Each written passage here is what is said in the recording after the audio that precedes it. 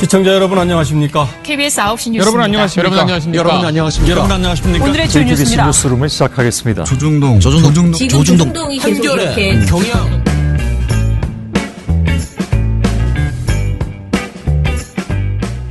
민원연의 미디어 탈곡기 717화를 시작하겠습니다. 예, 안녕하세요. 저는 언론 권력을 감시하는 시민단체 민주언론시민연합에서 사무처장으로 일하는 김원경입니다. 신문 모니터 활동가 공시영입니다. 이정일입니다. 예, 제가 어제 하루 빼먹었는데 오늘 아침에 올라오면서 봉우 씨가 한 방송을 들었는데요. 굉장히 잘했더라고요. 찰지게 여러 가지 내용들을 잘했어요. 네. 역시 제가 없어도 될 것 같다라는 생각이 들었고요. 강연 잘 하고 오셨습니까? 네, 굉장히 잘 쉬고 왔습니다. 왜냐면은 버스를 타고 내려갔는데요. 저는 몰랐는데 버스에서는 일을 못 하겠더라고요. 저는 KTX를 타고 갈 때는 일을 많이 하고 내려가는데 버스는 더 흔들리고 더 잠이 잘 와요. 그래서 도저히 일을 못하고 조금 하다가 그냥 포기하고 잤고요.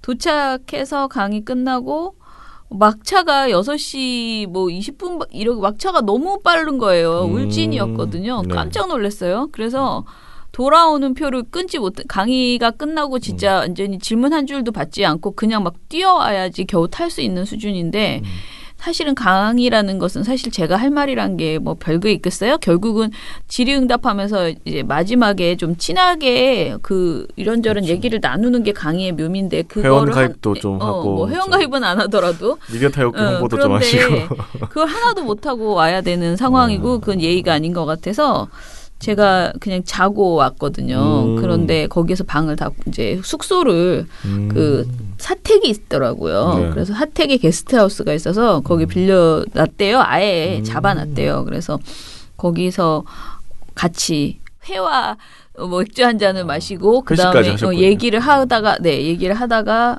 숙소에 들어가서 자고 새벽 첫 차를 타고 올라왔어요. 근데 그래가지고요, 제가 잠을 평소보다 훨씬 많이 잤어요. 가면서 자고 거기서 밤에 일 하나도 안 하고 또 자고 얼굴이 또 좋아지셨네요. 아침에 또 오면서 올라오면서 자고 해서 굉장히 여행을 다녀온 것 같은 그런 기분이 듭니다. 그리고 울진 원자력발전소 한울발전소를 다녀왔는데요. 지금 아마 이 방송을 이제 들으실 거예요.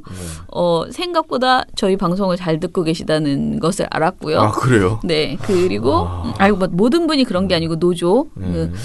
저는 그냥 원자력 발전소 그러면 한수원 그러면 그냥 한수원 하면 떠오르는 거는 사측밖에 없었어요. 그렇죠. 네. 그런데 거기에서 일하는 이 노동자들의 고민이 있고 그분들이 생각하고 있는 그런 마음의 갈등 여러 가지가 있을 거 아니에요. 그렇죠. 네. 그런 것들을 좀 들어서 여기도 정말 사람이 있고 이 사람들이 정말 자기 나름대로는 안전하게 이게 만약에 정말 잘못되면 큰일 나니까 그렇죠. 굉장히 안전하게 하려고 노력하는 그런 사람들이 있고 본인들도 그런 고민들, 탈원전에 대한 고민들을 하고 있다라는 생각을 좀 했어요. 그래서 저는 아무튼 색다른 경험이었습니다. 그리고 굉장히 이쪽에 관심이 많은 분들이 노조 활동을 정말 많이 하는구나. 그래서 민원연이나 저 전에는 민중의 소리에 이완비 기자를 초청해서 들었다고 하더라고요. 그러니까 네. 그런 움직임 자체가 저는 굉장히 의미 있다라고 생각을 했고요. 그리고 그런 교육을 받기 위해서 노조의 그런 교육을 쟁취하기 위해서 나름 노력을 해서 그 시간을 마련한 거더라고요. 그러니까 노조원이 그냥 그렇게 강의를 다 같은 시간에 들으려면 일을 멈추고 이제 다 모여야 되는 거니까 근무 시간에. 근데 어떤 곳은 그런 교육을 받는 게 굉장히 쉽게 할 수 있는 곳이지만 여기는 업무의 특성상 그게 잘 안 되는 곳인데 어찌됐든 1년에 몇 번 이렇게 노조 전원 교육을 마련해서 이렇게 들으려고 노력하고 이런 거를 좀 보면서 좀 감동적이었어요. 아무튼 좋았습니다. 네. 확실히 사무실에만 있는 것보다는 그렇게 다니면은 그 세상의 사람들을 만나면서 느끼는 또 다른 내가 그렇죠. 이런 일을 어떻게 해야겠구나 이런 식으로 좀 함부로 말하면 안 되겠구나 그런 것들을 좀 느끼게 되는 것 같아요. 좋았고요. 그리고 사실은 이제 저는 구하라 씨 때문에 주말에 그 소식을 듣고 너무 많이 울었어요. 개인적으로 저는 진짜 구하라를 좋아하거든요.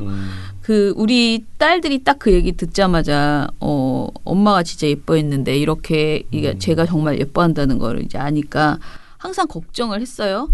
그래서 맨날 똑같은 건데 또 다시 그 최종범 씨 관련된 모니터를 또 안 한 것에 대해서 좀 사실 정말 죄책감도 갖고 좀 빠르게 또 했어야 되는데라는 생각도 들고 저는 자꾸만 이 연예 저널리즘에 대해서 피해 가려고 하거든요. 모니터를 하면서. 왜냐하면 우리가 그 보고서를 쓰는 순간 또 다시 이것이 화제가 되면서 또 다시 그냥 소비될 뿐이다라는 생각이 들어서 네. 연예인 관련된 보도의 문제점을 얘기를 되도록 안 했어요. 그런데 설리 씨 때도 그렇고 이번에도 그렇고 우리가 그렇게 약간 뒷전으로 치고 가는 그 상황에서 피해자들은 되게 힘들고 외로웠겠구나. 그러니까 이건 아니야라고 말하지 않으니까 그냥 우리는 무시하고 누구는 그걸 즐기고 있고 그런 상황이 계속 이어지고 있으니까 그게 좀 거듭 또 미안하고 너무 속이 상하고 어른으로서 이런 세상을 지금 어떻게 고쳐야 될지 묘안이 나오지가 않는 거예요. 딱 그날 얘기를 들은 날, 어떡하지? 진짜 어떡하지? 그 말밖에 할 말이 없었어요. 너무 속이 많이 상하고요. 최종범 관련된 모니터를 하자. 지금 늦었지만 그냥 하는 수밖에 없다라고 하고 지금 모니터를 이제 착수를 시작을 했고요. 그래서 논평을 애초에 굉장히 뭘 써야 될지 저도 모르잖아요. 왜냐하면 보고서 실제 보도가 어떻게 나왔는지 그 구하라 씨 관련 보도가 그러니까 그 사망 이후의 보도가 어떻게 나왔는지에 대해서 전체를 훑는 그런 작업을 저는 하지 않았기 때문에 좀 살펴보라고 했는데 제가 보기에는 생각보다는 설리 씨 때 이미 한번 욕을 먹었기 때문에 그 설리 씨 때보다는 좀 나아요. 사안이. 네, 그리고 최종범 씨에 대한 지적을 하는 보도가 굉장히 많아요. 그런데 이제 그 과정에서 최종범 씨의 인권을 굉장히 걱정하는 보도들이 조금 나오고 있고요. 그러니까 마치 시민들이 최종범을 이제 와서 살인마 취급하고 있다. 그래서 그게 문제다라고 하는 그런 보도들이 이제 몇 건 나오고 있는데 저는 최종범이냐 아니냐 이걸 떠나서 우리 사회가 지금 이런 어떤 진짜 성인지 감수성이 매우 낮은 판검사들 때문에 그렇죠. 계속 여성들이 큰 피해를 입었음에도 불구하고 제대로 된 어떤 법의 보호를 받지 못하고 있는 부분들 이게 쌓이는데도 계속 사법부는 그것에 대해서 계속 둔감하고 반성하지 못하고 있는 그나마 최근에 나온 저희가 뭐 말하는 안희정 판결 말고는 안희정이 그나마 유죄가 나온 게 정말 기적에 가깝다. 이 재판부 수준에서는 그런 생각이 들거든요. 그런데 그런 이 전반적인 내용들을 가지고 접근해서 보도가 좀 더 많이 나와야 된다. 오히려 그러니까 저는 최종범을 언급하는 보도보다는 물론 그 사람 개인에 대해서 얘기하는 보도들이 지금 많은 거는 사실이고요. 그러나 그 보도가 나온다고 해서 그게 최종범의 인권 침해냐 저는 그렇게는 생각 안 해요. 그러니까 이번 문제에 있어서 분명하게 성폭력 그리고 협박 그런 촬영 이 불법 촬영 이 모든 것을 이런 식으로 하고 있는 우리의 문제 우리 사회 전반의 문제 그리고 그거를 또 감싸주려고 하는 일부의 댓글들 그런 것들까지 다 같이 좀 성찰해야 되는데 그 성찰을 불러일으키는 보도가 좀 더 많이 나왔으면 좋겠다라는 생각이고요. 제가 조금 전에 이제 저가 지금 약간 제정신이 아니거든요. 마음이 되게 심란하거든요. 그러다 보니까 이제 구하라 이렇게 쳤어요. 뭐 이렇게 바탕화면에 뜨는 그거에 그랬더니 저는 BING라는 사이트가 네, 뜨거든요. 그거 나 그거 왜 뜨는지도 모르겠어 내 컴퓨터에서. 네, 마이크로소프트에서 미는 그런 거예요? 네. 거기에 구하라를 치니까 첫 번째 뜨는 내용이 뭐냐면은 구하라 가슴 노출 이런 전부 다 그런 것만 뜨는 거예요. 빙이 원래 좀 그런 게 있습니다. 아 그래요? 네. 저는 지금 관련 검색어 같은 거. 그래서 너무 화가 났어요. 그래서 지금 당장 우리가 해야 될 일은 그런 포털에 뜨는 화면들 있잖아요. 이거를 그런 화면이 안 올라가게 조치를 취하라라는 요구를 오히려 해야겠다. 사실 기사 건건으로 봤을 때는 약간의 어뷰징 기사가 많이 나온다는 것 빼고는 아주 치명적인 인권 침해성 기사라는 거는 그렇게 많이 지금 드러나지 않는데 오히려 그 개인들이 쓰는 글들 있잖아. 블로그 글들 이런 것들이 막 맨 위로 노출돼가지고 왜냐면 지금 그 네이버도 그렇고 블로그 글이 그대로 노출되잖아요. 다 위로 그렇죠. 배치되잖아요. 그러면서 거기서 이제 설왕설래하는 것들, 과거에 약간 그 노출 사진들 이런 것들이 막 되게 많이 맨 위칸으로 다 올라와 있는 거예요. 그래서 이런 부분에 대해서는 제가 지금 빨리 이거를 현황을 파악해서 이거는 논평을 내자라고 했고요. 전반적으로 봤을 때 좀 더 우리의 어떤 지금 상황 그러니까 뭐 이런 거예요. 구하라 씨의 자살의 원인을 함부로 추측하는 건 안 되죠. 네. 그거는 하지 말아야 되지만 그것과 별개로 구하라 씨를 죽음으로 몰고 간 어떤 우리 사회 현상은 분명히 있다는 거예요. 그럼 그 현상에 대해서는 그거는 제대로 보도를 해야 된다라는 생각이 그렇죠. 들어요. 그래서 이거를 별개로 해서 지금 이걸 싸잡아서 이런 보도를 최종범 보도를 하지 마라. 이 최종범 때문에 죽은 것이 아니다라는 식으로만 접근하는 그런 찬반 양론이 있어요. 최종범 보도를 해야 된다, 하지 말아야 된다.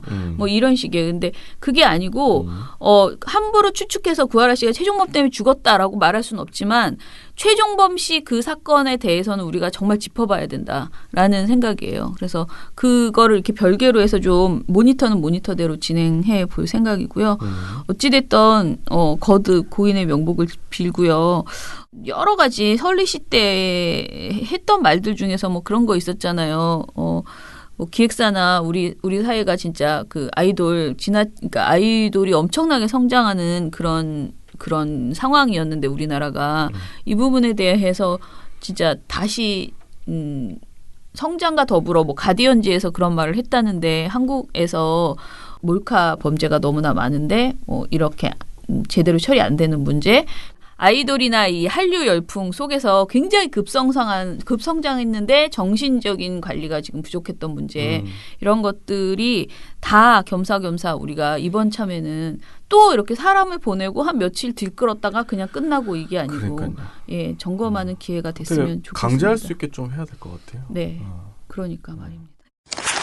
오늘 미디어 스크랩 해볼게요. 먼저 어제 이미 이봉우 팀장이 했던데 YTN 관련된 이야기거든요. 네. 이것도 저에게 토요일 날 굉장히 충격을 줬던 그런 또 맥이 확 풀렸어요. 금요일 저녁에 그쵸. 뉴스가 떴죠. 네. 그래서 속이 많이 상했는데요. 노종면 기자가 이제 보도국장이 되지 못한 임명 동의를 받지 못한 상황. 지금 마지막 보도를 보니까 투표수 차이가 5표였다고 저는 3표 때문이라고 했는데 3표 때문에 떨어졌고 5표 차. 5표 차이였고 네. 그런 거네요. 그러니까 5표 중에서 3표가 찬성이었으면 됐다는 거죠. 그렇죠. 자, 일단은 미디어스의 김혜인 기자 기사를 봤는데요. 정찬영 사장이 그 노조에다가 요구를 했대요. 차기 보도국장 후보 지명 시한을 늦춰달라라고 요구를 했대요. 그래서 보도국장 임명자 발표 시기가 다음 달 3일로 네. 늦춰졌습니다. 네. 정찬영 사장은 사내 게시판에 이렇게 썼대요. 사장으로서 보도국장 임명 동의 결과에 책임감을 무겁게 느낀다. 결과를 충격적으로 받아들였고 이 의사표출이 사람에 대한 것인지 혁신에 관한 것인지 혁신안에 대한 문제 제기인지 여러 가지 고민을 했다. 정해진 규정이 있고 규정에 따라 답을 찾아야 하는데 규정의 적용 문제와 관련해서 기조실에서 시간의 여유를 둘 방법이 있는지 찾아보기 바란다. 라고 했고요. 정통 미디어의 위기에서 위기 극복의 시도가 멈춰지는 결과가 나오지 않을까 안타까운 마음이다. 5대5로 갈라진 의견을 복구해야 하는 큰 숙제가 던져졌다고 본다. 일이 꼬일수록 다시 기본과 원칙으로 돌아가서 풀어나가겠다라고 말했습니다. 그런데 저는 정 사장의 말은 뭐 답은 없지만 다 할 만한 고민이다. 나 진짜 심란해 이 소리잖아요. 그냥 그렇죠. 님들 때문에 나 정말 심란해. 어떻게 부결될 수가 있지? 그치 그런 거죠. 그런데 이제 노조에서는 전국 언론 노조 YTN 지부죠. YTN 지부는 이렇게 말했대요. 조합원들께 진심으로 사과드린다. 노조는 누적된 불만을 충분히 수렴하지 못했다. 그리고 지난주 결과를 단 한 사람 몫의 고민으로 밀어둘 수 없는 이유이다. 적잖은 구성원이 현재와 미래에 물음을 던졌다. 시스템 문제일 수도 사람 문제일 수도 둘 다일 수도 있다. 라고 말을 했고요. 그 사장이 말한 그 시한이 촉박하다라는 것에 대해서는 동의를 했어요. 노조 집행부도 투표에서 드러난 위기감의 공론화가 우선이라고 생각한다. 사장과 보도국 구성원이 직접 만나는 대화의 장이 조속히 마련되기를 촉구한다. 라고 했고요. 구성원들이 힘을 모을 시기라고 했대요. 실제를 가공하는 내 외부 시선에 동요할 이유는 없다. 이게 뭔 소리인지 모르겠네. 내 외부 시선에 동요할 이유가 없다? 지금 가장 필요한 것은 함께 싸운 우리가 서로 차이를 인정하고 우리 한계와 가능성을 공유하는 일. 지금 가장 중요한 것은 함께 싸운 우리가 다시 우리 문제를 우리 힘으로 극복하는 일이라고 강조를 했답니다. 그럼 니네들끼리만 살지. 왜 싸울 때는 국민의 관심을 가져달라고 왜 KM 정상화는 그렇게 중요하고 YTN 문제는 절실함을 못 갖냐고 우리 보고 얘기할 때는 언제고 지금 아니 누가 보면 내 YTN 외부의 시선에 동요할 이유가 없다. 이 말도 매우 이상하고요. YTN 혼자 싸운 줄 알겠네. 누가 들으면. 안 그래요? 굉장히 아니, 이상합니다. 시민들도 많이 같이 싸워주고. 그러니까요. 와 이렇게 얘기를 하나? 내 외부 시선에 동요할 이유는 없다. 그러니까 남이 뭐라 하든 그냥 신경 쓰지 마라. 아니 몰라 이 말을 내가 너무 고깝게 아니 고깝게 생각하는지는 들리네 모르겠는데. 진짜. 아니 민현의 입장에서는 당연히 고깝게 들리죠. 근데 아무튼 상당히 이상합니다. 이거 이상하잖아요. 네. 그리고 이거 비판한 데가 우리밖에 없지 않아요? 몰라요. 그러겠어요. 다른 데는 설마야. 기사만 나왔지. 그렇습니까? 비판은 저희만 했어요. 우리도 논평은 안 냈어요. 우리도 논평 안 말만, 냈지만 팟캐스트에서 비판한 거는 그런가요? 우리밖에 없고 아직까지는 일단 그런 잘 모르겠는데. 그럽니까? 이거는 정말 근데 너무 속상한 일이에요. 사실은 김진혁 PD가 요즘 며칠 동안 그 페이스북에 헐 이러면서 관련 기사 계속 올려. 근데 정말 더 이상은 어떻게 말을 못 하는 거야. 너무 기가 막혀가지고 그 어젠가는 또 윤택남 점점점 이렇게 해줘가지고 YTN 그거를 이제 뭐 MBC는 마봉춘, KBS는 고봉순 하는데 YTN은 윤택남이라고. 그러니까 윤택남은 이제 끝났다 이런 개념으로. 너무 이제 좌절하는 그런 걸 올리셨는데. 아니 사실 윤택남 아는 사람 몇 명이나 됩니까? 그러니까 우리는 근데 엄청 윤택남. 우리 알지. 마봉춘, 고봉순도 돌마고 하신 분들은 알겠지만. 네네. 윤택남은 진짜.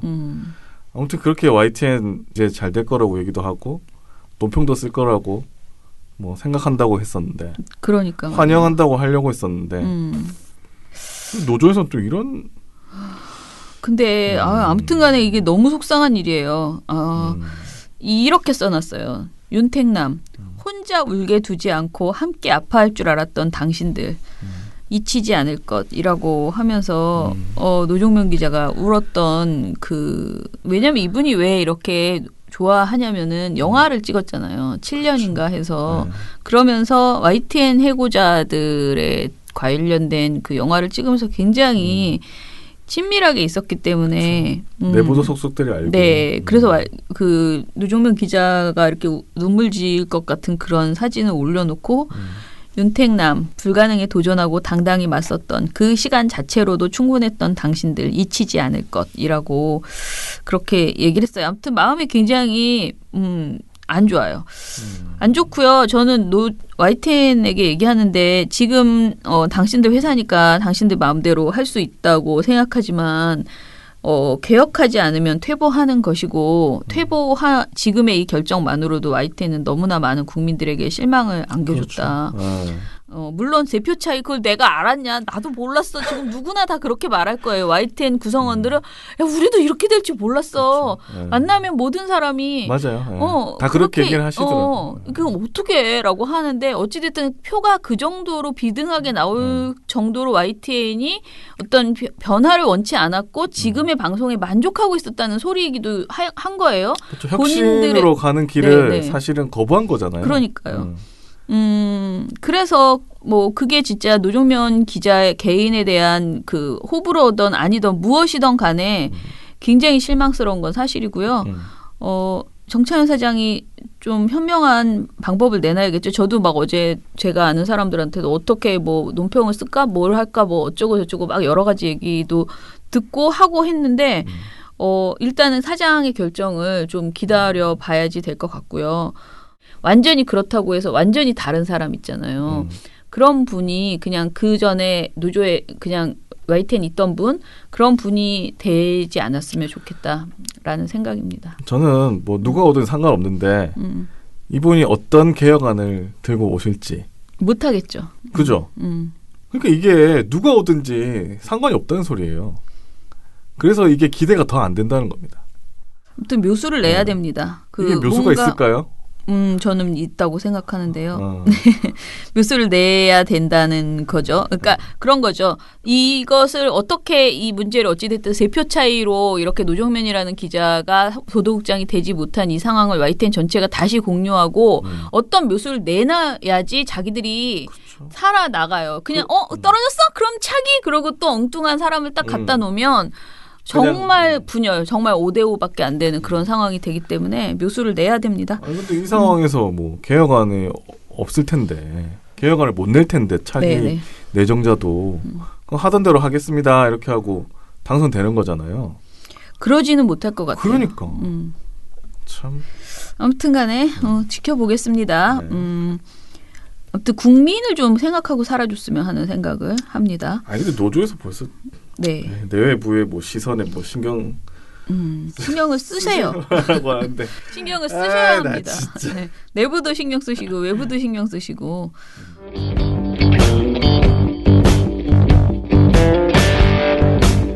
스마트폰 보다가 태연하게 가입했다. 가입이 간편하니까. 민주언론 시민연합.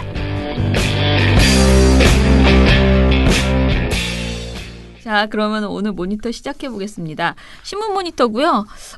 지금 신문 모니터만 2개 발표를 해야 되는 상황인데 오늘 발표하는 정말 뜨끈뜨끈한 갓 나온 지 1시간도 안 된 그런 보고서입니다. 시작해 볼게요.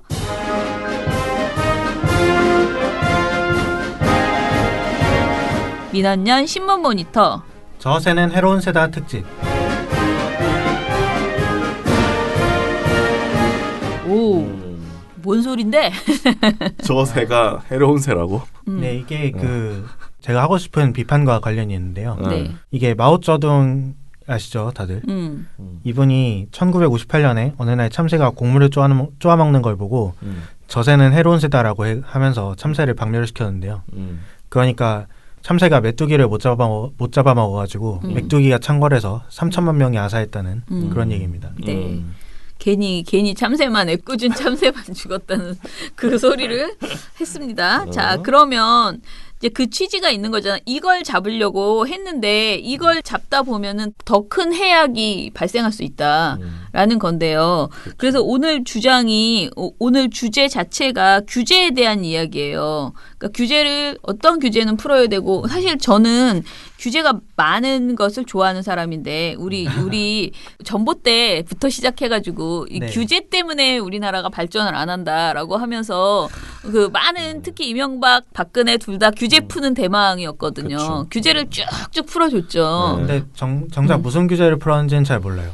그렇죠. 그렇긴 네. 한데 예를 들어 세월호도 사실은 규제를 풀어서 발생한 일인 거죠. 그러니까 네, 그런 건 배 이제 수명을 사고 나면 다 알려지는 거지. 그렇죠. 풀 때는 무슨 규제인지 조용히 모르고 다 스스슥 푸는 거지. 완전 알고 보니 깜깜이로 규제 하고. 때문이다. 우리 이거 기사형 광고도 규제를 풀어가지고 문제가 이렇게 창궐하게 된 거예요. 그렇죠. 자, 그런데 여전히 이 규제를 푸는 거, 규제를 완화하는 것이 굉장히 중요한 가치인 것처럼 말하는, 그러니까 규제가 너무 많아, 막 이렇게 말하는 사람들이 있어요. 근데 그런 주장을 지금 중앙일보가 또 하고 있나 봐요. 그래서 중앙일보의 규제 관련된 기획 기사를 모니터했다고 합니다. 자, 일단은 중앙일보 그 기획 기사의 그 전체 개념 그걸 좀 설명해 주세요. 네, 이게 중앙일보가 특집 기사로 낸 건데요. 네. 특집 이름이 규제의 뿌리 국회입니다. 그러니까 국회에서 발의돼 있는 법안 중에서 네. 규제 관련 법안을 분류를 해가지고 네. 막 규제 관련 법안이 이렇게 많이 나오고 있다. 그러면서 몇 가지 예를 든 건데요. 언론들이 규제 완화 얘기를 얼마나 많이 합니까? 엄청 네. 했죠. 네.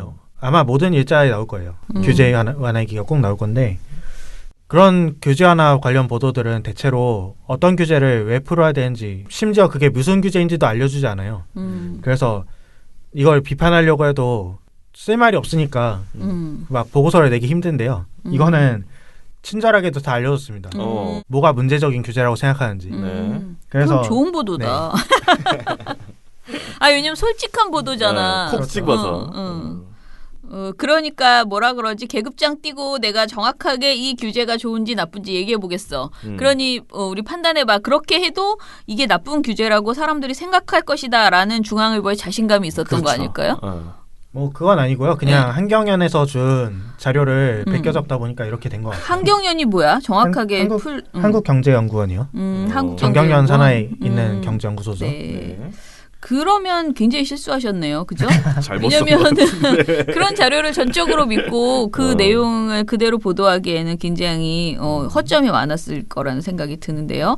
자, 일단은 이 보고서를 보고 제일 인상적인 거는 카페베네가 규제 때문에 망했다라는 기사가 있더라고요. 그동안 카페베네를 가본 사람들도 상당히 많고 나는 카페베네가 망했는지도 몰랐어. 저는 많이 갔었는데. 그런데 카페베네가 그 자본 잠식 상태에 빠져가지고 부도를 한번 냈죠. 그래서 저 CEO도 바뀌고 막 리뉴얼도 하고 지금 그렇게 회생 노력을 하는 중입니다. 그럼 망한 건 아니에요? 망하긴 망한 그러니까, 거야? 망하긴 망한 거죠. 그 회생 절차에 들어갔으니까. 한때는 카페베네 진짜 너무 많아가지고 네. 바퀴베네인가 뭐 그렇게 별명이 그랬어요. 너무 많아서. 너무 많아서. 막 창궐했었구나. 그러니까 진짜 엄청 많았거든요. 그랬군요. 아무튼 그런 일이 있었대요. 자, 그러면은 지금부터 하나하나 중앙일보의 그 기업 관련 그 법안들을 이제 다 모아가지고 기업 자유를 침해하고 경쟁을 지나치게 제한한다고 그렇게 말하면서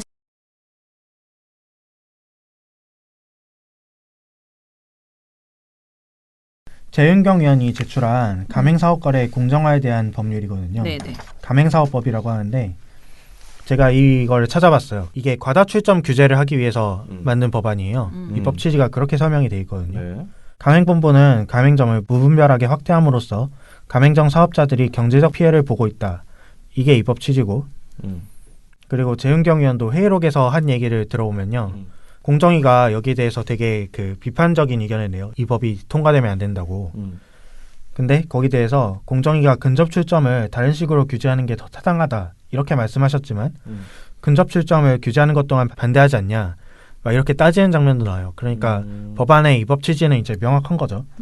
프랜차이즈 그 사업자들이 너무 몰려 있으면 네. 서로 힘드니까 네. 그렇게 하지 말자 이런 거잖아요. 그러니까 이게 근접 출제를 규제한다고 하지만 사실 거리를 일률적으로 정하기가 좀 문제가 있어요. 왜냐하면 도심 지역에는 프랜차이즈 업체들이 많이 내려고 할 거고 장사가 잘 되니까 그렇죠. 외곽 지역은 적게 내려고 할 거란 말이죠. 근데 그거를 막 거리를 일률적으로 지정을 하잖아요. 그러면은 오히려 도심 지역에는 과잉 규제가 되고 외곽 지역에서는 필요 없는 규제가 되고 이렇게 된다는 거죠. 네. 근데 여기서 최저 수익 보장 의무를 딱 넣어놓으면은 가맹 사업자가 아무래도 신경을 쓸 거란 말이죠. 최저 수익이 보장되는 지점을 자기가 정보를 다 가맹 사업자가 갖고 있잖아요. 그렇죠. 뭐 그런 취지로 낸 법안이라고 보시면 되겠습니다. 근데 중앙일보는 여기다가 뭐라고 했냐면 회의록에서 딱 세 문장만 잘랐어요. 재윤경 더불어민주당 의원, 이게 무리한 규제라기보다 어떤 면에선 시장 원리에 더 부합하는 건 아니냐는 생각으로 법안을 냈다. 그리고 김진태 자유한국당 의원, 다른 사람의 수익을 또 다른 민간이 보전하게 하는 건 헌법에 어긋난다. 공정위 부위원장, 그냥 쉽게 모든 가맹점의 최저 수익을 보장해준다면 정말 우리나라 가맹사업은 존속할 수가 없습니다. 이렇게 딱 세 문장만 잘라서 냈습니다. 그러고서 중간 제목을 뭐라고 붙였냐면 본사가 가맹점 수익 보장하라. 이런 법안까지 낸 20대 국회. 완전 왜곡한 거죠. 너무 왜곡 심한데? 네. 정말 왜곡이 심한데요. 네. 중앙일보가 든 다른 예시들도 대체로 위와 같은 수준이에요. 아 그래요? 네, 몇 가지 예를 들자면 중앙일보가 청부입법에 예시라면서 형사사건 청부입법, 그러니까 정부가 그 국회의원들을 시켜가지고 자기가 하고 싶은 거를 대신 입법해달라고 한다는 청부입법. 네, 청부입법이요. 그걸 예시라면서 형사사건의 실형이나 집행유예를 받은 임원의 이사직을 5년간 제한하는 상법 개정안을 들었는데요. 네.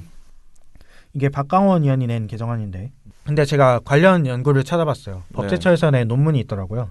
읽어보니까 이 법이 제한된 이유가 이미 사회에서는 금고 이상의 형을 받을 경우에 2년간 자격이 제한되는데 그냥 이사는 아무것도 없다는 거죠.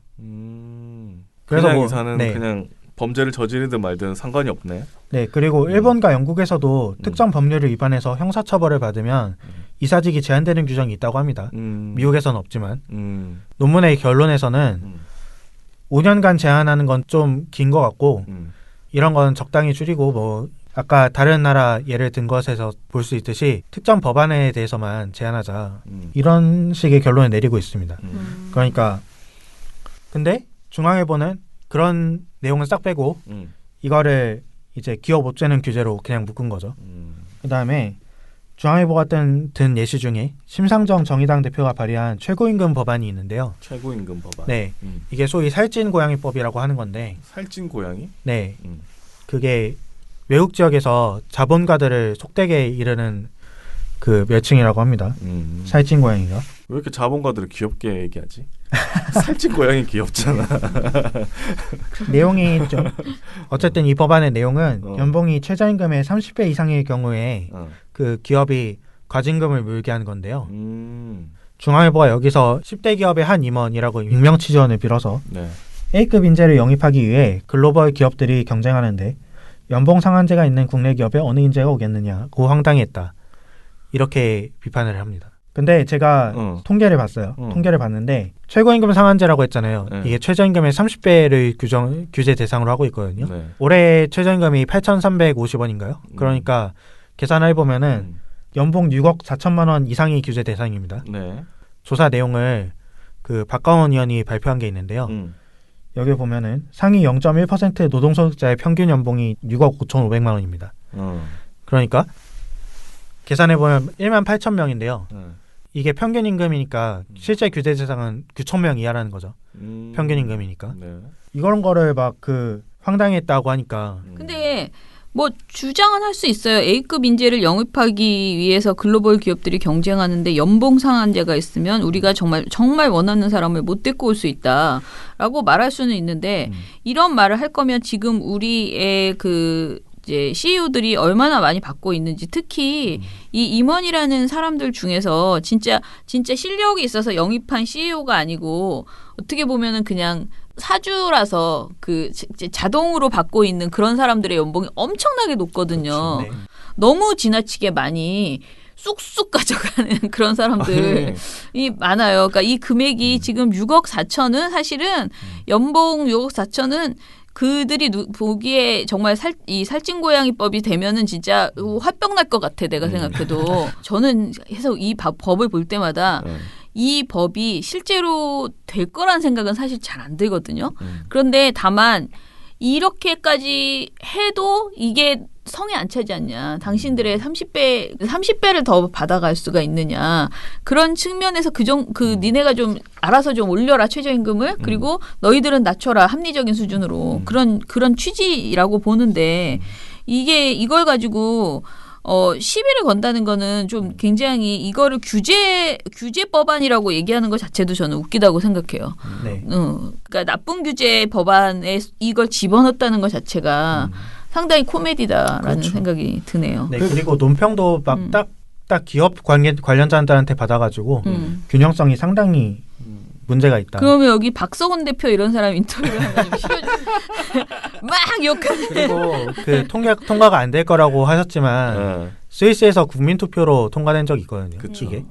그럼 물론 거기서는 막 같은 기업 안에서 임금 차이를 규정하고 뭐 노사합의도 하도록 했지만 그러니까 자기네들 많이 있습니다. 받으려면 최저임금 올리면 돼요. 뭐 그렇게 나올 것 같지는 않습니다. 그러니까. 2월 통과되면 통과 안 돼요. 그 사람들은 구호야 내가 보기에 이거는. 연봉으로 주지 않더라도 뭐 스톡옵션 같은 걸로 빠져나갈 게 많기 아니 얼마나 때문에 좋아. 대기업이 최저임금 상승에 막 앞장서서 주장하고 이러면 얼마나 보기 좋아요. 난 그런 그렇죠. 모습 보고 싶은데. 네. 또 이건 진짜 하고 싶었던 중앙일보가 하고 싶었던 얘기라고 생각하는데요. 네. 주 52시간제에 대해서 한 얘기도 있습니다. 예. 여기서 중간 제목이 주 52시간제 졸속입법 부작용 소출이라고 달았어요. 중간 제목이에요 이게. 근데 이 문단에 주 52시간제 내용이 없습니다. 그건 뭐야? 근데 이제 그 다음 문단에서 등장을 하는데요. 여기서 구체적인 내용은 전혀 없이 그냥 지난해 2월 개정안이 통과돼 5개월 이후 시행되자 부작용이 소출했다. 이게 끝입니다. 뭐지? 그러니까 이게 나쁜 규제인데 왜 나쁜 규제인지는 설명 안 해주겠다. 그냥 나쁜 규제다. 이렇게 된 규제니까 거죠. 나빠. 네. 아니 근데 진짜 이 라고 말할 수밖에 없는 게 국회 계류 중인 기업 옥죄는 법안이라고 지금 중앙일보가 딱 지목한 거잖아요. 그렇죠. 국회 계류 중인 기업 옥죄는 법안인데 지금 이제 우리는 시영 씨는 이제 하나하나 다 모순이다라고 말을 하지만 다 필요한 법이라는 거예요. 특히 여기 보면 남녀고용평등법 개정안이 있는데 육아휴직, 복직 시 휴직 전과 동일 업무 및 임금을 지급해야 된다. 이런 걸 자유한국당의 윤종필 의원이 발의했어요. 이게 기업 옥죄는 법안이라고 지금 넣어놓은 거야. 뭐야? 뭐 왜? 나 원참 이 사람들 이 기준은 도대체 중앙일보가 지목한 이 기준은 뭔지, 그러니까 이게 바로 한경련에서 이런 거 이렇게 기준을 다 걔네가 잡은 거예요. 중앙일보가 지목한 거예요? 아니면 한경련이 이렇게 지목한 거예요? 뭐 그거를 구체적인 증거로 말할 수는 없지만 네. 제가 이거를 한경련 자료를 그냥 베꼈다고 생각하는 이유가 네. 딱 여기서 나오는데요. 중앙일보가 그간 그 육아휴직에서 불이익을 받는다 이런 걸 되게 꾸준히 지적했거든요. 네. 그 중앙일보의 2016년 기자 칼럼이 있는데 제목이 왜 육아휴직은 여전히 그림의 떡일까입니다. 여기서 뭐라고 하냐면 한국은 선진국 못지않은 육아휴직 제도를 갖추고 있다. 그런데 여전히 상당수의 엄마나 아빠 직장인은 인사상 불이익이나 상사 눈치 탓에 육아휴직 사용을 꺼린다. 이렇게 비판을 해요. 그러니까 자기네들 논조랑도 안 맞는 거죠. 그러니까 지금 자기네들도 남녀고용평등, 그러니까 육아휴직 관련돼서는 개선이 필요하다라고 얘기를 하는 게 정상적인 생각이야. 그리고 심지어 이 법은 자유한국당이 냈어. 그런데 왜 이거를 기업을 옥죄는 법안이래. 이거 뭐 기업인을 지금 기자로 데려다가 지금 쓴 것 같이 그렇게 내놨잖아요. 돈 앞에서는 뭐 넌쪄도 뭐 정신이 하나도 없어요, 이 사람들이. 정신이 없어지 혼매지는 거죠. 네. 그리고 또 이 기사가 얼마나 부실한 기사인지도 드러나는데요. 중앙일보가 제시한 국회 계류 중인 기업 옥죄는 법안이라고 써놓은 거 있잖아요. 네.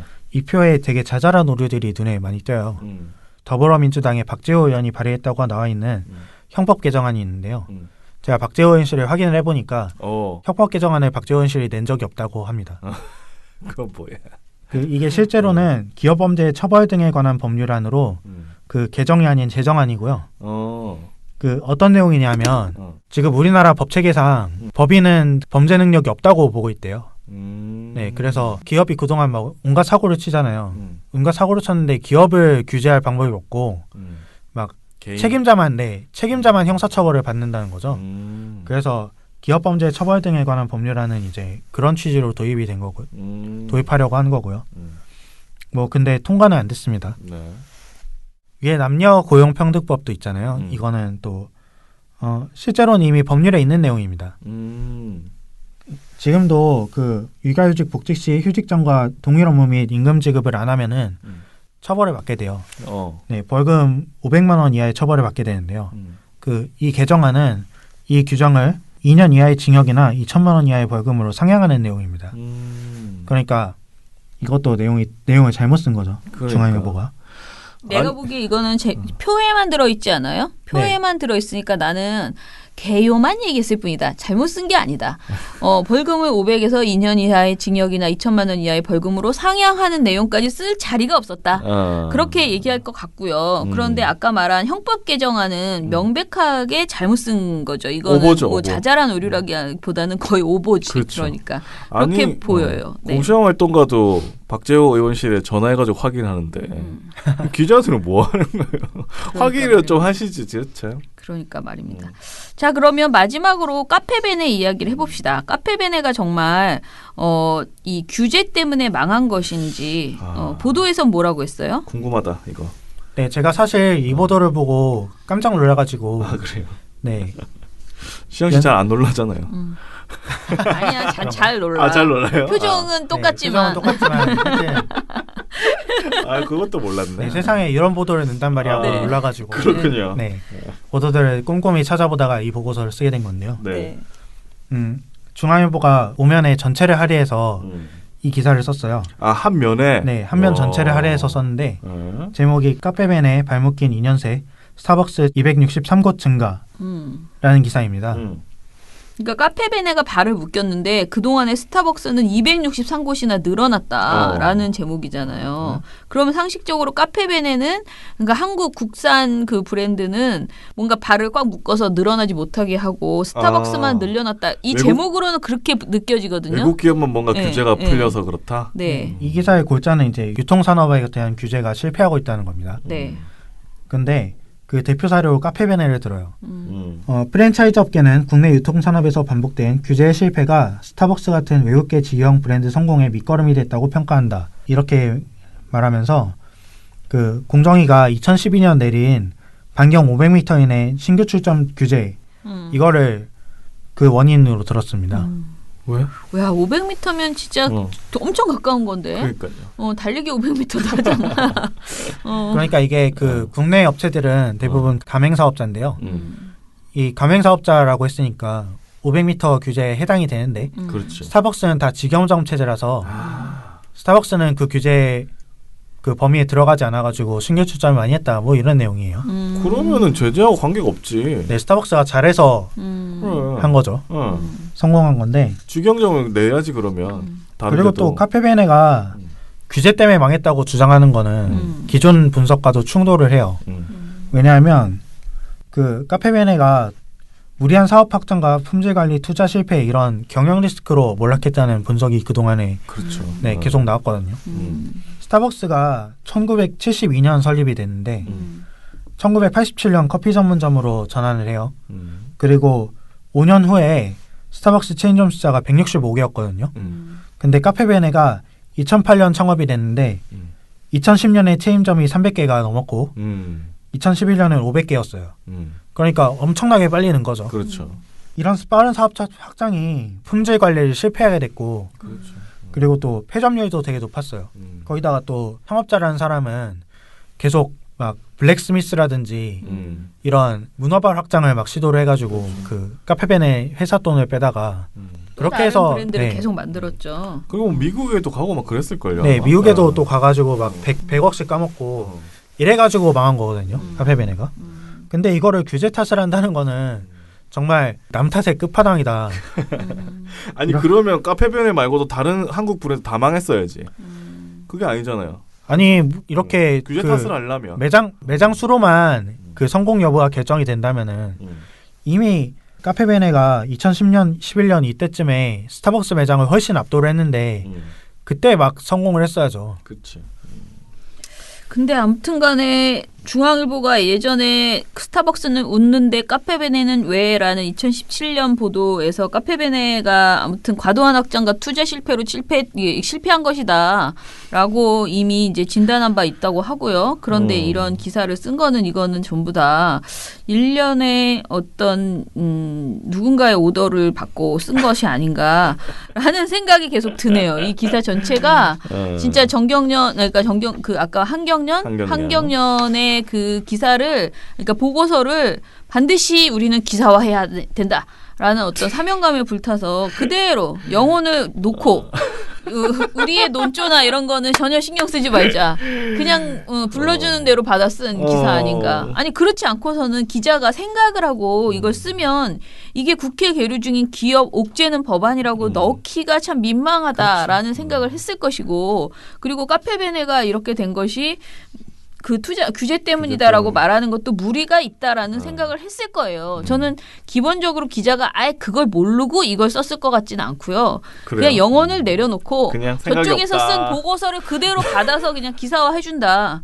라는 생각을 갖고 지금 쓴 것 아닌가라는 생각이 저는 자꾸 드네요. 이 기획 기사가. 그러니 그 뭐 기획 기사 전체가 돈 받고 쓴 기사가 아닐까라는 생각도 기획 기사였어. 저는 그런 생각이 좀 듭니다. 지금 이걸 보면서. 자, 아무튼간에 본인의 결론을 좀 내보십시오. 네, 저는 이제 규제 보도 전체에 대해서 좀 논평을 하고 싶은데요. 네. 규제 보도를 규제하자 이런 생각을 하는 거야?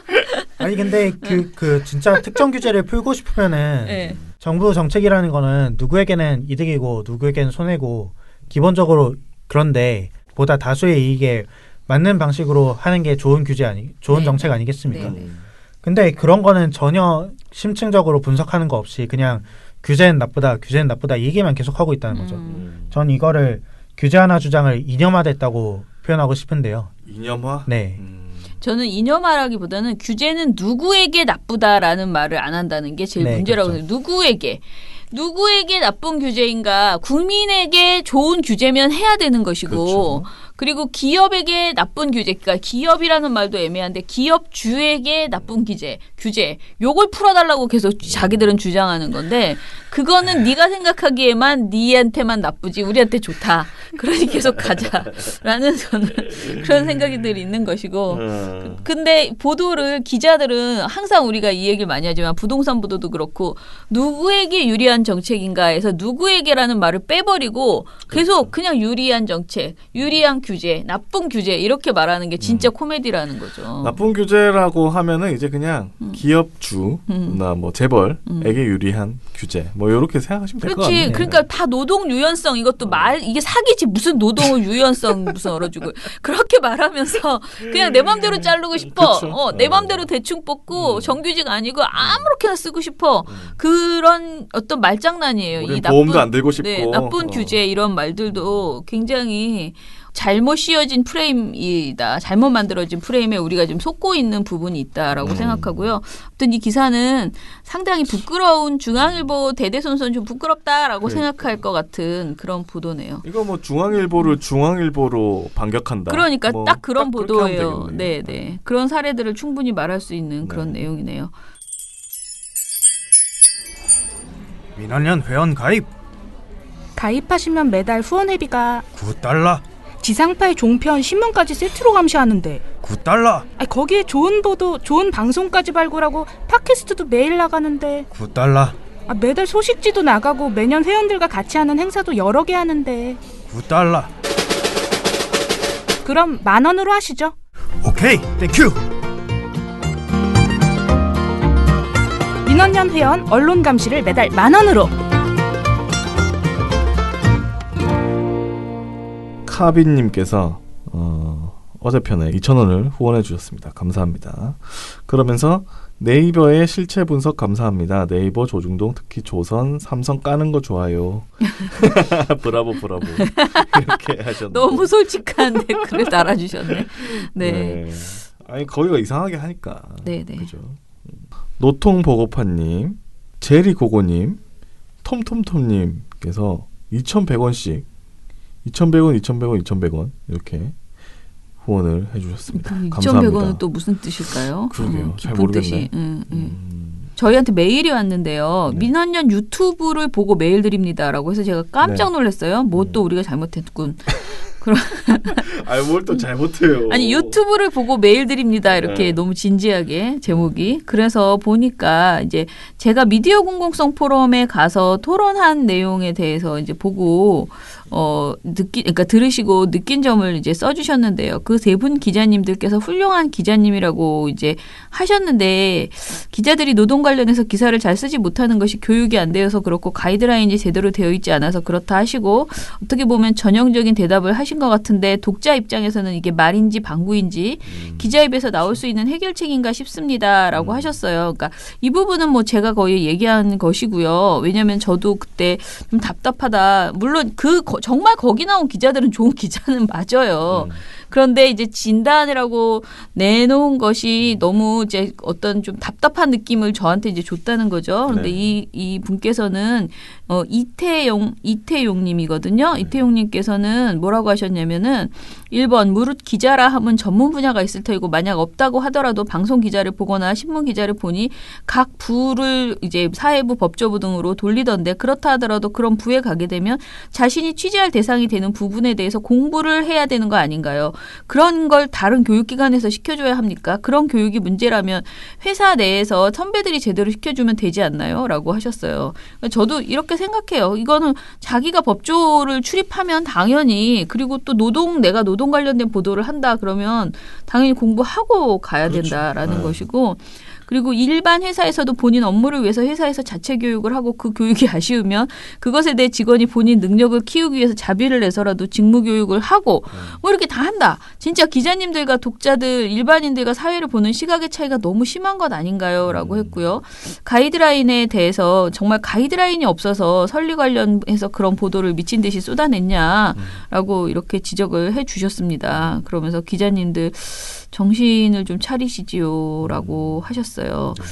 근데 저는 그날 온 기자분들은 정말 호의를 갖고 얘기를 한 거고 해야 되는 기본적인 내용이 그런 것들이 있다라고 자기들 본인에게는 이제 아이디어라고 낸 거예요. 근데 아이디어가 너무 이제 뻔한 내용이었다는 게 저한테는 되게 답답했다라는 것이고요. 조금 더 심한 반성을 좀 했어야 된다라는 그런 생각. 그리고 어떻게 보면 그 자리에 오지 않은 전체 기자를 대상으로 제가 화를 냈던 거죠. 오히려 그 자리에 오신 분보다는 제가 미공포 토론회가 안 좋았다는 얘기는 절대 아니에요. 굉장히 일단은 기본적으로 하종강 선생님의 강의가 아니고 발제가 너무 좋았고요.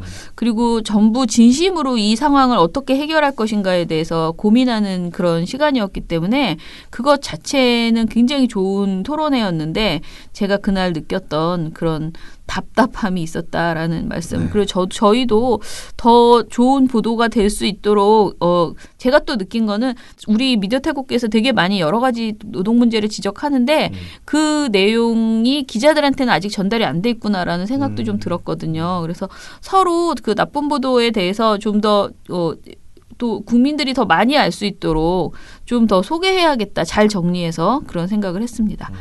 투어웨이브 박미정님, 네이버도 총체적 난국인 것 같아요. 뉴스도 그렇고 네이버가 광고를 시작하기 전부터 이용하던 광고주로서 네이버에 할 말은 많지만 작은 광고주 이야기를 들어주지는 않고 물론 무료 플랫폼도 유용한 것이 많기도 합니다만 네이버로 인해서 언론개혁은 더 어려워지는 것 같다는 생각은 들어요. 그런데 민원연 회원 모집은 어떻게 하면 팍 늘까요? 다스베이더 뿐인가요? 많이 늘었으면 좋겠습니다. 주변 사람부터 설득을 해야겠죠. 이렇게 해주셨습니다. 네. 어떻게 하면 팍 늘까요? 진짜 다스베이더에 한 번 더 나갈까요? 제가 좀 공격적인 영업을 하지 않는 스타일이어가지고 이게 문제인 것 같습니다. 근데 저는 정말 이 얘기하면 너무 이제 며칠 전에도 어떤 분을 만나서 비슷한 얘기를 했어요. 민원연 회원을 좀 공격적으로 모집해라 라고 하셨는데 저는 지금 받은 그 돈만큼 저희가 아직 일을 못했다라고 저는 계속 생각을 하고 있어요. 근데 돈을 더 달라고 할 거면 국민들에게 누군가에게 돈을 더 달라고 하려면 그 돈을 가지고 우리가 무엇을 할 것인지에 대한 좀 자신감, 내가 그걸 할 수 있다는 자신감과 이런 게 있을 때 여러분 나 이거 하고 싶으니까 돈 좀 주세요.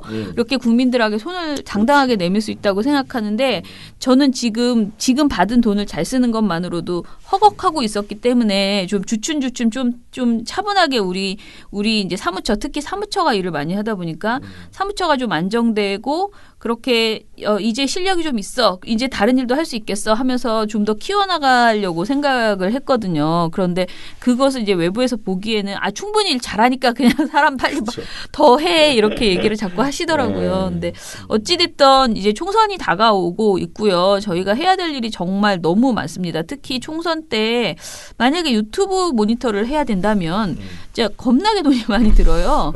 너무 걱정이 돼요. 지금 기획을 내야 될까 말아야 될까 계속 걱정을 하고 있어요. 그리고 아시다시피 종편 재승인도 있고 지금 저희가 해야 될 프로젝트성 일들이 너무 많은데 그 일들을 해내려면 사실은 이제 뭔가 뭐 만약에 회원이 늘어나지 않는다면 특별 그 후원금이라고 해서 목적 사업을 하는 그런 우리 뭐 총선 모니터를 하기 위해서 일시적으로 후원금을 좀 더 모집하는 이런 거를 해야 되지 않을까 이런 고민까지 지금 좀 하고 있습니다. 그래서 제가 좀 일단 12월 내로 기획안을 정리를 해서 세상에 던져보는 일을 좀 해보겠습니다. 자, 그리고 미령곰탱님 어제도 잘 들었습니다. YTN은 아직 정신 차리려면 멀었군요. 개혁적인 인물이 부결되고 하차까지 할 말이 없네요. 한편 네이버에서는 전 뉴스를 안 보네요. 네이버는 댓글이 전부 더민주를 까고 현 대통령을 비하하는 댓글밖에 안 보여서요. 그런가 봐요? 저는 아예 안 그런 보니까. 댓글이 많습니다. 네이버 댓글은 심각하죠. 아, 그래요? 네. 그런 사람들만 거기서 사는 거요? 아니, 그게 근데 무슨... 옛날부터 유명했습니다. 네이버. 아, 그래요? 자, 그리고 차장님 울진 잘 다녀오셨나요? 울진 대게라도 많이 드시고 오셔야 합니다. 그거는 못 먹었습니다. 그 대신에 더 맛있는 걸 먹었습니다. 네, 그리고 어제 716화에 대한 댓글 좀 읽어볼게요. 유튜브에 가보니까요. 앨런 우드님이 노종면이 부결되다니 아직 YTN은 이명박 이후로 정권이 바뀌어도 그대로인 듯. 그리고 김깨시민님께서도 YTN 완전히 썩었네. 인재를 몰라보고 폐지해라 YTN 이렇게 하셨어요. KBS 시청자위원회 멋지네요. 이것이 상식이네요. 라는 글도 남겨주셨고요. 그리고 AD10131977님께서는 YTN 미쳐가네. 우리라도 네이버 보지 말자라고 구호를 외치셨네요. 활달 소심님께서는요. 노종면 부결은 당연히 예상된 거고 KBS는 시청자위원회 의견이지 그걸로 KBS가 변하겠습니까? 라고 이렇게 지적을 하셨어요. 그러니까 이 참 안 변할 것이다 라는 그런 답답한 마음을 써주셨네요. YTN이라 쓰고 TV조선이라 읽는다라는 분도 있었어요. 아이고. YTN 아웃이다. 채널에서 지워버릴 거다. YTN 쓰레기. 24시간 뉴스 채널이라 자주 봤는데 채널 삭제해야겠다. 노종면 앵커로 부활될 때 박수 쳐주고 응원도 보냈었지만 우리의 기대에 크게 실망스러웠는데 그나마 보도국장으로 가면 지금보다 조금 괜찮아지지 않을까 기대도 했는데 YTN 영원히 안녕 이렇게 해주셨어요. 아유, 되게 내가 YTN 사람도 아닌데 가슴이 아프네. YTN 변명 참 구질구질하네요. YTN 그 안에 기레기들이 우글우글하네요. 욕할 필요가 있을까요? 라고 하셨어요. YTN 정상화는 기레기 정리밖에 답이 없나 봅니다. 사장이 문제가 아니었나 보네요. 방송의 질도 변화가 없더니 변상욱 기자를 배척하고 노종면 보도국장 거부로 마침표를 찍네요. 그렇게 하셨어요. 아이고 참. 진짜 쓴 말이 진짜 많네요. 이거는 그죠? 어떻게 뭐라고 할 거예요 여기 대해서. 아무튼 간에 다들 좀 보셔야지 될 텐데. 보시겠죠? 그러니까 내 외부의 비판이라고 하시겠죠. 우리밖에 없는데 무슨 내 외부 비판 우리밖에 안 하는데. 아니야. 이런 분들의 목소리가 이제 그쪽으로도 들어가겠죠. 네. 예. 예, 그리고 뭐 다들 구하라 씨 소식에 뭐 안타까운 마음 전해 주셨습니다. 그리고 네이버의 이 기적의 논리 이거 재밌네요. 사분사분하다님께서 네이버의 기적의 논리에 감탄하고 갑니다. 안 그래도 인터넷 생태계를 해치는 네이버인데 가지가지하네요. 자, 그러면은 방송은 이것으로 마무리하고요. 저희가 되도록이면 빠르게 그 구하라 씨 관련된 내용이라든가 좀 궁금한 것들 있잖아요. 네. 그런 것들에 대해서 모니터를 해서 발표하겠습니다. 민원연의 미디어 탈곡기는 내일도 열심히 찾아드리겠습니다. 탈탈탈 안녕. 네, 오늘 뉴스데스크 마치겠습니다. 청년에게 시청해주신 꿈과 여러분 희망을 채널 A가 고맙습니다. 함께합니다. 시청해주셔서 뉴스 오늘 순서 모두 마치겠습니다. SBS는 앞으로도 내일 끝까지 뵙겠습니다. 파헤치겠습니다. 고맙습니다. 오늘 8시 뉴스타임 뉴스 모두 여기서 마치겠습니다. 마치겠습니다. 시청해주셔서 고맙습니다. 뉴스팔 여기서 마치겠습니다. 저희들은 내일도 최선을 다하겠습니다. 여러분 고맙습니다. 탈탈탈 안녕.